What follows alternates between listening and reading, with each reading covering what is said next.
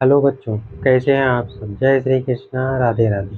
बच्चों, आज हम प्रश्नावली 1.5 के कुछ सवालों को हल करेंगे। ठीक है, हम आशा करते हैं कि आप लोग अच्छे होंगे, मस्त होंगे, बढ़िया से होंगे। तो आज हम प्रश्नावली 1.5 के अगले सवालों को देखते हैं। इसमें जो सवाल नंबर पहला है उसको हम चेक करेंगे, उसको हम देखेंगे। ठीक है, तो आइए देखते हैं। आप लोग अपने बुक में जो है पहला सवाल देख लीजिए क्या है। ठीक है, पहला सवाल जो है उसको देखिए क्या है। पहला सवाल है इसमें, निम्नलिखित संख्याओं की पहचान परमीय अथवा अपरिमेय संख्या के रूप में कीजिए। तो जो पहला सवाल है उसका पहले का पहला खंड है 2 माइनस अंडर रूट 5। ठीक है, तो 2 अंडर रूट माइनस 5। दूसरा सवाल इसका पहला खंड है, इसका दूसरा खंड है 3 plus under root 23 minus under root 23।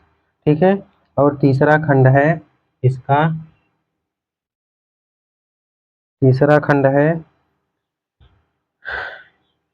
2 root 7/7 और चौथा खंड है इसका, चौथा खंड दिया गया है 1/√2, 1/√2। और पांचवा खंड दिया गया है 2 पाई। कितना दिया गया है?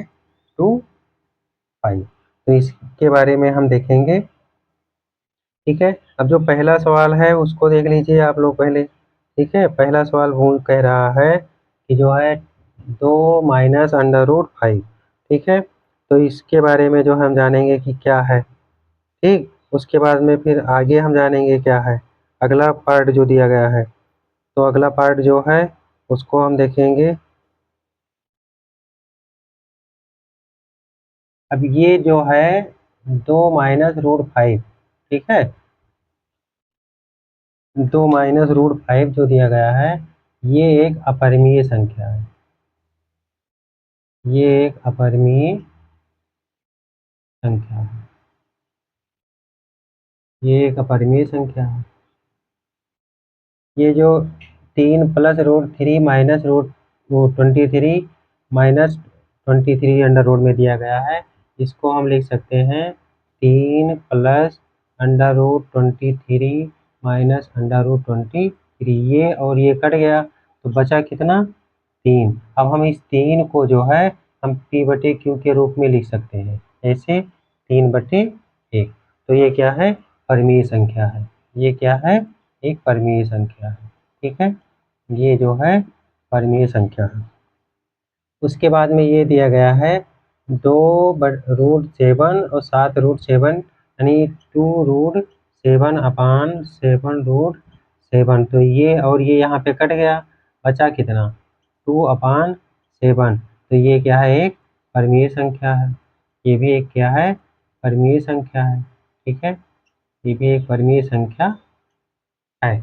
उसके बाद में बचा 1/√2, 1/√2। तो 1/√2 जो है इसको देख लीजिए क्या है। 1/√2 इसका परिमीकरण कर दीजिए √2/√2 से। ठीक है, अब उसके बाद में इसको देखिए क्या है। ये √2 हो जाएगा और √2 का √2 में गुणा करेंगे तो 2 हो जाएगा, जो कि एक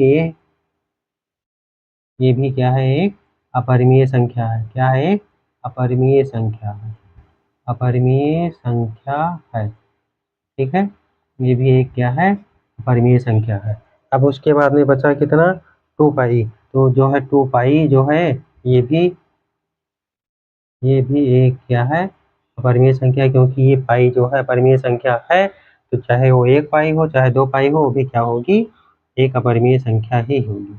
एक अपरिमेय संख्या ही होगी, क्योंकि परिमेय संख्या के बारे में जब बताया गया था तो उसमें ये एग्जाम्पल आया था कि जो पाई है वो एक अपरिमेय संख्या होती है। ठीक है, अभी अगर 1 पाई है वो अपरिमेय संख्या है तो 2 पाई भी अपरिमेय संख्या होगी। ठीक है, उसके बाद में दूसरा सवाल है, निम्नलिखित व्यंजकों को सरल कीजिए, यानी सरल करना है। दूसरे का पहला है सरल करना है। क्या करना है? सरल करना है। सरल करना है। तो जब सरल करना है तो इसमें पहला खंड दिया गया है इसका, दूसरे का पहला खंड दिया गया है 3, एक ब्रैकेट में 3 प्लस रूट 3 और दूसरे ब्रैकेट में दिया गया है 2 प्लस रूट 2। ठीक, यही तो दिया गया है। अभी इसका जो है आप मल्टीप्लाई कर दीजिए, यानी इस वाले पार्ट से इस सब में, तो 3 दूनी 6 प्लस 3 रूट 2, 3 दूनी 6 यानी 3 रूट 2। ठीक है, और उसके बाद में फिर इस वाले से गुणा कर दीजिए तो ये हो जाएगा 2 रूट 3 और ये हो जाएगा अंडर रूट 3 का, और अंडर रूट 2 से गुणा करेंगे तो हो जाएगा अंडर रूट 6। ठीक है, ये हो गया हमारा आंसर। यही हमारा क्या हो गया? आंसर हो गया। ठीक है, अब इसका दूसरा पार्ट जो है वो देख लीजिए क्या है। दूसरा पार्ट है 3 under root 3, 3 plus under root 3 एक ब्रैकेट में है और दूसरे ब्रैकेट में है 3 माइनस रूट 3। तो ये एक सूत्र लिखा है। ये क्या लिखा है? एक सूत्र लिखा है जो है a प्लस बी का और a माइनस बी का। ये सूत्र है a प्लस बी और a माइनस बी, ये सूत्र है और ये बराबर होता है a square minus B square की। ठीक है, तो सेम इसी पर रख के हल कर दीजिए। देख लीजिए, हम इसको लिख सकते हैं 3 का स्क्वायर और इसको लिख सकते हैं अंडर रूट 3 का स्क्वायर। तो ये हो जाएगा 3 त्रिका 9 और ये हो जाएगा माइनस 3 बराबर हो जाएगा 6, यानी हमारा जो आंसर आएगा वो क्या हो जाएगा? 6। ठीक है, अब इसको इतना आप लोग देख लीजिए, तब उसके बाद में अगले पार्ट को हम हल करें। इसका स्क्रीनशॉट ले लीजिए, समझ में आ गया होगा। अब जो है तीसरा सवाल देखिए, तीसरा क्या है? तीसरा प्रश्न जो है उसी का, यानी दूसरे का तीसरा खंड। ठीक है, दूसरे सवाल का जो तीसरा खंड है उसको हम लोग देखते हैं क्या है। तीसरा खंड इसका दिया गया है under root 5 under root 5 plus under root 2 under root 2 का होल स्क्वायर। ये लिखा है ए प्लस बी का whole square, A plus B का होल स्क्वायर। तो इसका विस्तार कर दीजिए, A square plus B square plus 2ab, ये हमारा सूत्र है। तो इसी पे इसको भी तोड़ दीजिए, यानी अंडर रूट 5 का स्क्वायर प्लस अंडर रूट 2 का स्क्वायर और plus 2 into under root 5 into under root 2। ये हो गया 5, ये हो गया 2, ये हो गया 2 रूट 10। ठीक है, ये हो गया हमारा सवाल। अब ये 5 और 2 जोड़ेंगे तो 7 तो प्लस 2 रूट 10। ये हमें जो है हमारा चौथे का ये प्राप्त हुआ। ठीक है, यानी हम इसको इस प्रकार से कर सकते हैं।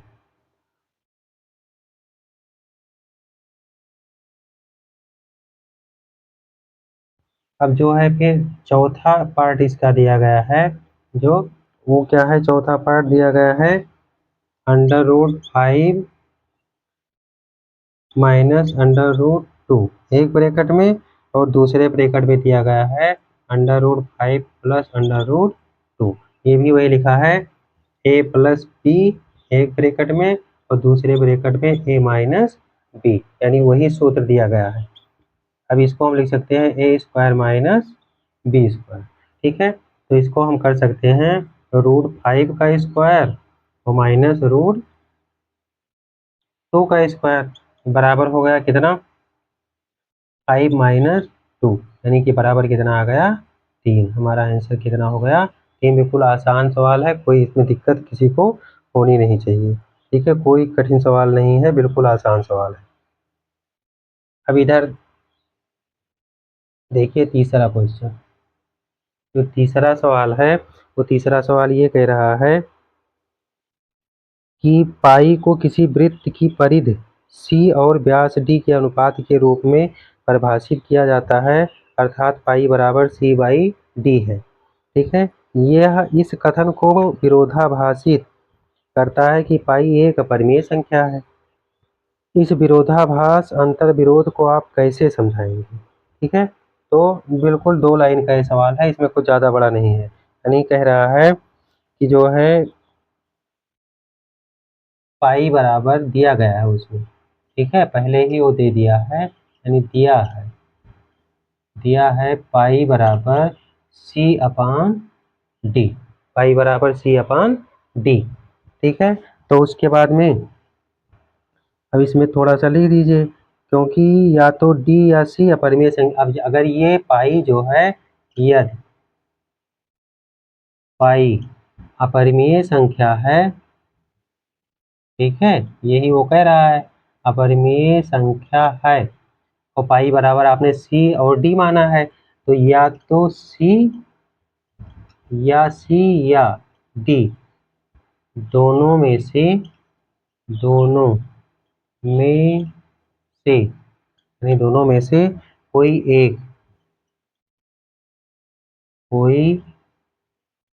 एक या दोनों, ठीक है, अपरिमेय संख्या होगा, अपरिमेय संख्या होगा, अपरिमेय संख्या होगा। ठीक है, अब ये इन दोनों में से कोई ना कोई अपरिमेय संख्या होगी, तभी जो है पाई जो है एक अपरिमेय संख्या है, तभी जो है ये पाई अपरिमेय संख्या है। ठीक है, अपरिमेय संख्या है, अपरिमेय संख्या है। ठीक है, हम आशा करते हैं कि समझ में आया होगा। देख लीजिए फिर से, ये आपके क्वेश्चन में ही दिया गया है कि दिया है पाई बराबर सी अपान डी। ठीक है, यदि पाई अपरिमेय संख्या है, तो जब पाई अगर अपरिमेय संख्या है, ऐसा क्वेश्चन कह रहा है, वास्तव में वो है, लेकिन क्वेश्चन कह रहा है कि इसको आप समझाइए। तो अगर यदि पाई अपरिमेय संख्या है, तो या तो सी या डी दोनों में से कोई एक या दोनों जो है अपरिमेय संख्या होंगी, नहीं होगी। ठीक है, तभी पाई अपरिमेय संख्या है, दोनों में से कोई ना कोई जो है अपरिमेय संख्या होगी, तभी जो है पाई एक अपरिमेय संख्या है। ठीक है, इसका स्क्रीनशॉट ले लीजिए आप लोग। हम फिर अगले सवाल पे देखते हैं अगला क्या है। अगला क्वेश्चन जो है 4 नंबर का। ठीक है, 4 नंबर के क्वेश्चन को देखिए क्या कह रहा है। 4 नंबर का क्वेश्चन कह रहा है कि संख्या √9.3 को एक संख्या रेखा पर प्रदर्शित करो। ठीक है, एक संख्या दी गई है √9.3, उसको एक संख्या रेखा पर हमें क्या करना है, प्रदर्शित करना है। ठीक है, तो लेकिन ये जो है एक अर्धवृत्त के रूप में, यानी किसी प्रकार से जो है दर्शाना है। तो जो हमें दिया गया है, संख्या रेखा पर स्थित एक बिंदु ए से, ठीक है, ये 4 नंबर का है।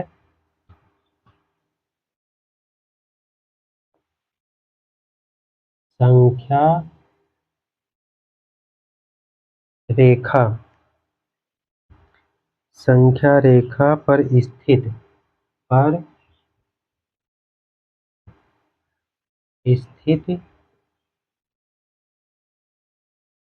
बिंदु ए से, यानी ए से कोई बिंदु ए मान लीजिए, और ए से 9.3 जो आपने दिया गया है इकाई पर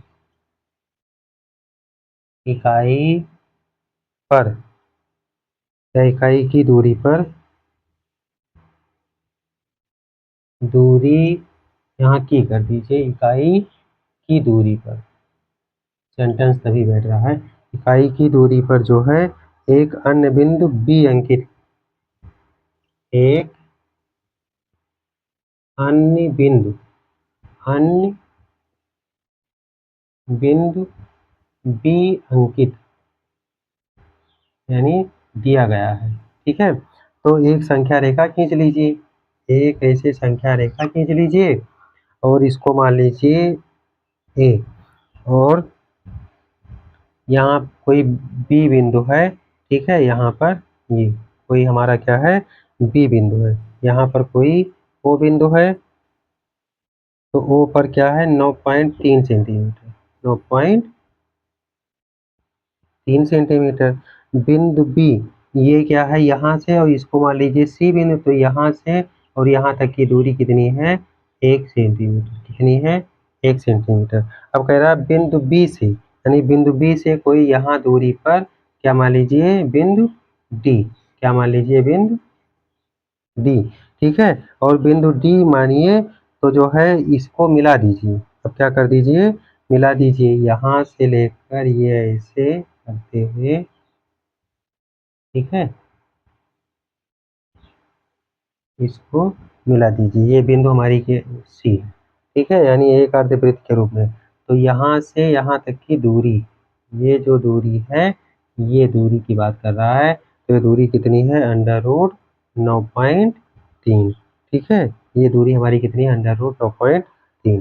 बस इतना ही आपको लगाना था, इसके बाद में इसको नहीं लगाना। तो वो यही कह रहा था कि संख्या रेखा पे बिंदु ए से 9.3 इकाई की दूरी पर एक अन्य बिंदु बी अंकित है।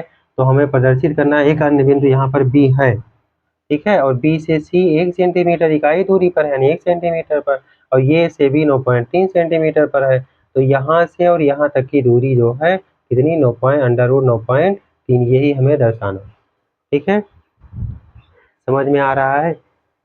उसके बाद में अगला क्वेश्चन है 5 नंबर का।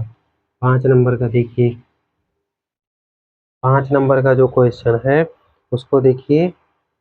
पांचवा क्वेश्चन, पांचवा क्वेश्चन कह रहा है कि निम्नलिखित में प्रत्येक के में हर का परिमेयीकरण कीजिए। जो सवाल दिया गया है पांचवा, उसमें जितने भी हैं खंड, उन सभी के जो हर हैं उनका क्या करना है, परिमेयीकरण करना है। पांचवें का पहला दिया गया है, ठीक है, पांचवें का पहला। तो पहला जो दिया गया है 1/√7, पहला है 1/√7। तो इसका परिमेयीकरण कर दो, 1/√7 गुणे √7/√7, ये हो जाएगा √7/7, ठीक है, ये हो गया।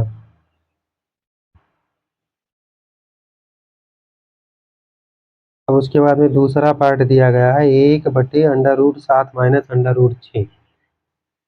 इसका दूसरा पार्ट 1/√7 माइनस √6। तो जब हम इसका परिमेयीकरण करेंगे तो इस वाले चिन्ह के विपरीत परिमेयीकरण करेंगे। अगर यहाँ पे माइनस है तो इसको प्लस से गुणा कर देंगे, यानी किससे गुणा करेंगे, प्लस वाले से, यानी 1/√7 माइनस √6 गुणे √7 प्लस √6 बटे √7 प्लस √6, ठीक है। अब इसको हम हल कर लें, ठीक, तो ये हो जाएगा √7 प्लस √6 बटे, ये लिखा है a minus B A plus B, ठीक है, ये कितना लिखा है, a माइनस बी और a प्लस बी। तो ये हो जाएगा √7 का स्क्वायर माइनस √6 का स्क्वायर। तो फिर हम इसको कर सकते हैं √7 प्लस √6 बटे 7 माइनस 6 बराबर √7 प्लस √6 बटे 1, यानी कि हमारा जो आंसर है वो क्या आ गया, √7 प्लस √6, ठीक है। अब उसके बाद में अगला पार्ट जो दिया गया है वो है इसका पार्ट जो है 1/√5 प्लस √2। तीसरा पार्ट दिया गया है 1/√5 प्लस √2, ठीक है। अब इसको लगा लीजिए, √5 प्लस √2, तो परिमेयीकरण करो, √5 माइनस √2 बटे √5 माइनस √2, ठीक है। अब इसको गुणा कर दीजिए, √5 माइनस √2 हो गया बटे a plus B A minus B, यानी √5 का स्क्वायर माइनस √2 का स्क्वायर। तो ये हो जाएगा √5 माइनस √2 बटे 5 का स्क्वायर माइनस 2 का स्क्वायर, यानी कि ये √5 का स्क्वायर √5 से √5 को गुणा करेंगे तो 5 होगा, और √2 को √2 से गुणा करेंगे तो 2 होगा। यानी हमारा जो आंसर आएगा वो आएगा √5 माइनस √2 बटे 3। यही हमारा क्या हो जाएगा, आंसर प्राप्त हो जाएगा। ठीक है, अब उसके बाद में इसका जो है अगला खंड है 4 नंबर का कि 1/√7 माइनस 2, 1/√7 माइनस 2, जो चौथा खंड है। ठीक है, 1/√7 माइनस 2, 1/√7 माइनस 2, ये सवाल दिया गया है। ठीक है, अब इसका परिमीकरण कर लो, 1/√7 माइनस 2, परिमीकरण विपरीत से कर दो तो √7 प्लस 2 बटे, ठीक है, √7 प्लस 2।